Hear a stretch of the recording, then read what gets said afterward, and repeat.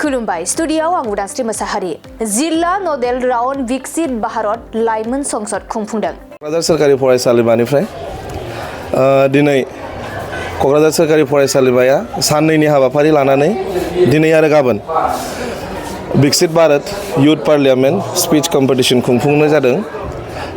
दा बे हाबाफारिया जाहैबाय ministry of youth affairs and sports बेजों स्पन्सर आथाय जानाय।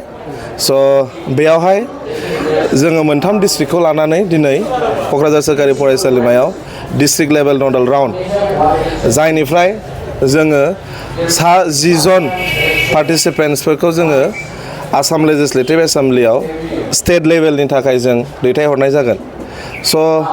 बे डिस्ट्रिक्ट नडेल राउन्डआ मोनथाम डिस्ट्रिक्टखौ लानानै खुंफुंनाय जादों, क'क्राझार, चिरां आरो धुबरी डिस्ट्रिक्ट।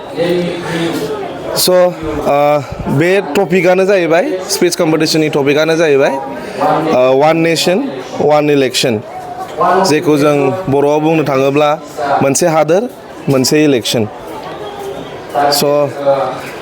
आसा खालामो दिनैनि बे प्रग्रामा मोजाङै मोजां जाफुंनानै थांगोन।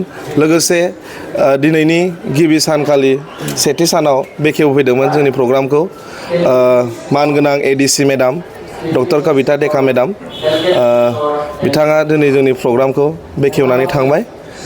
दा नैथि सानखालि जे हाबाफारिया गाबोन जानो गोनां, बेयाव जों मिथिनो मोननाय बायदिब्ला मानगोनां आसामनि मन्त्रि उरखाव गोरा सार फैगोन, लोगोसे जयन्त बसुमतारी MP सार फैगोन, लोगोसे लरेन्स इस्लारि सारखौबो जों फैगोन होननानै मिथिनो मोननाय जादों।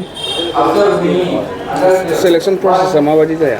सेलेक्शन प्रसेसा जाहैबाय डिस्ट्रिक्ट लेभेल जेखौ जों खुंफुंनो थाखाय जों गिबियाव मोनथाम डिस्ट्रिक्टआवबो जेसेबांखिनि जों कलेज युथ मा होनोमोनलाय कलेजेसफोर दङ, बेवहाय जोङो गथ'फोरनो एबा युथ्स जायनि बैसोआ 18निफ्राय 15 बैसोसिम बिसोरो पार्टिसिपेट खालामनो हायो हिसाबै जोङो कलेजफ्राव इनभिटेशन लेटार हरनाय जादों, जेयावहाय बुंखानाय दंमोन जे 1 मिनिट भिडिअ आपल'ड खालामनांगौमोन पार्टिसिपेन्ट्सफ्रा। टपिकआ व्हाट डाज विकसित भारत मीन टू यू, माने नोंनि हिसाबै विकसित भारतआ मा।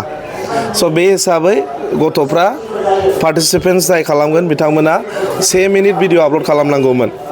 दा बे 1 मिनिट भिडिअ आपल'ड खालामनायाव जोंनियाव जों मोननो हादोंमोन 2000निबो बांसिन भिडिअस, जायनि गेजेराव जों स्क्रिनिं खालामनानै 150 पार्टिसिपेन्ट्सखौल' जों डिस्ट्रिक्ट लेभेलनि थाखाय जों सायख'नाय जादों। दा 150नि मादाव दिनैहाय जोङो 90 जनखौ जों दिनै सेथि दिनाव लेंहरदों, खारन गाबोननि दिनाव आलासि बिथांमोना एसे बुरजा जागोनखाय जों गाबोननि दिननि थाखाय 60ल' पार्टिसिपेन्ट्सखौ जों गाबोन लेंहरनाय जादों। आसाम एसेम्ब्लियाव बाहागो लानायनि उद्देश्यआ मा जागोन? सेलेक्शन जानाय फरायसाफोरा फरायसाफ्रा जाहैबाय जाखिनि 60 जन सेलेक्ट जागोन, बेनिफ्राय बिसोर आसाम एसेम्ब्लियाव थांगोन।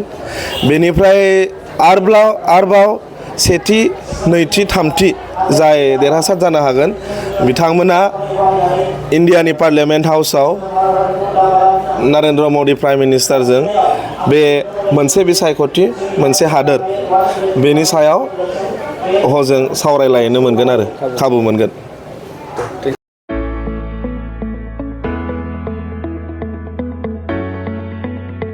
मोनसे गोजोनथाव खौरां, बर' सावथुन नायनो मोजां मोनग्रा रायजो राजाफोरनि थाखाय मोनसे गोजोनथाव खौरां। खम बेसेननि गेजेरजोंनो नोंथाङा नायनो हागोन बर'नि गासै गोजाम गोदान सावथुनफोरखौ। बर' सावथुन नायनो थाखाय ओंखारदों मोनसे आंगो स्ट्रिम एप। बे आंगो स्ट्रिम एपखौ नोंथाङा नोंथांनि मबाइलाव डाउनल'ड खालामनानै खम बेसेनावनो बर'नि गोजाम गोदान गासै सावथुनफोरखौनो नायनो हागोन। लोगोसे फैबाय थानाय समावबो बड' वेब सिरिज डकुमेन्ट्रिज बायदिफोरखौबो नोंथाङा बे आंगो स्ट्रिम एपनि गेजेरजोंनो नुनो मोनगोन। बेनि अनगायैबो बर' सावथुननि दिहुनगिरिफोराबो बे आंगो स्ट्रिम एपआव गाव गावनि सावथुनखौ आपल'ड होनो थाखाय खौरां लाहरनो हागोन। आरो जाय बिथांमोननि सावथुनफोरा इउटुबाव पाब्लिश जायाखै बिथांमोनाबो बे एपआव आपल'ड होनो थाखाय खौरां लाहरनो हागोन। बेनिखायनो बर' सावथुननि दिहुनगिरि बिथांमोनहा गाव गावनि सावथुनखौ बे आंगो स्ट्रिम एपआव आपल'ड होनो गोसो दंब्ला नैबे 7086320938 जानबुं नम्बराव खौरां लाहरनो हागोन।